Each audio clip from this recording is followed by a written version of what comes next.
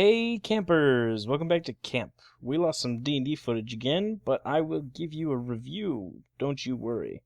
So our heroes started in this room, where they had just killed the skeletons.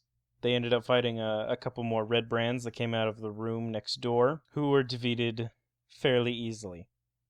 They found the family of the woodcutter being kept in these cages. They had iron collars fitted around their necks, and explained that the Red Brands were trying to sell them to slavery. The heroes decided to free the family. Then, from where they came from, came bugbears. A couple of them. A total of 3, actually. And a goblin. They fought the bugbears valiantly, but it was not looking good for the heroes. Zen decided to use a spell called Mirror Image to make 5 of himself, to distract the bugbears, to try and to make it so his teammates don't take as much hits. When it was looking fairly bleak for the heroes, Hobokin was getting down on health. Illiah comes out with her one last bit of healing from leveling up, and heals Hobokin. And then when Illiah tries to back up into the room, she gets hit by the bugbear and dies. The death of Illiah enrages Hobokin, and he attacks the bugbear and crushes its skull.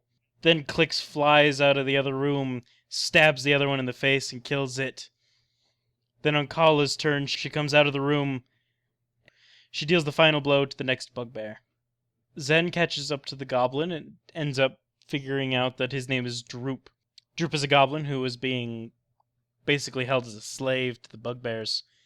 The bugbears would beat on him and insult him, and Droop is a very open and fairly simple-minded creature. They all return to the room to check on Illiah. They find that Illiah is completely unharmed somehow, but she's still unconscious.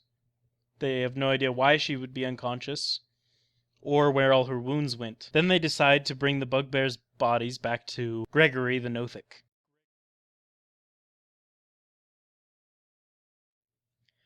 Gregory asks for the last 3 bodies, and gives them in return a magical door.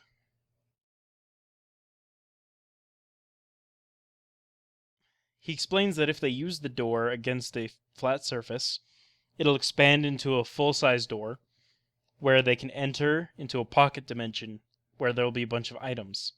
They can each only take 1. Clix and Zen then fight over the door, which leads into a big argument, and Clix decides he wants to leave the party. Clix goes back to check on Illiah once more, with Droop coming behind to try and console him.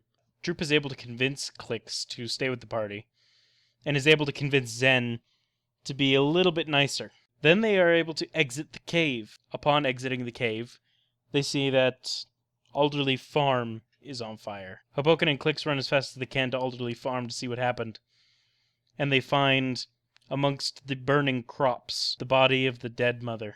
Continuing to search for the boy Carp, they end up finding him in a bush in front of the house. He's crying and sobbing, and no longer has any of his weapons. He explains that he did as Hobokin told him and did a perimeter sweep, and attacked one of the Red Brands who were getting too close. The Red Brand did not take too kindly to this, and burned the home, and killed the mother. From there, they took Carp, the woodworker, and his family back to the woodworker's house, where they buried Dave and the woodworker.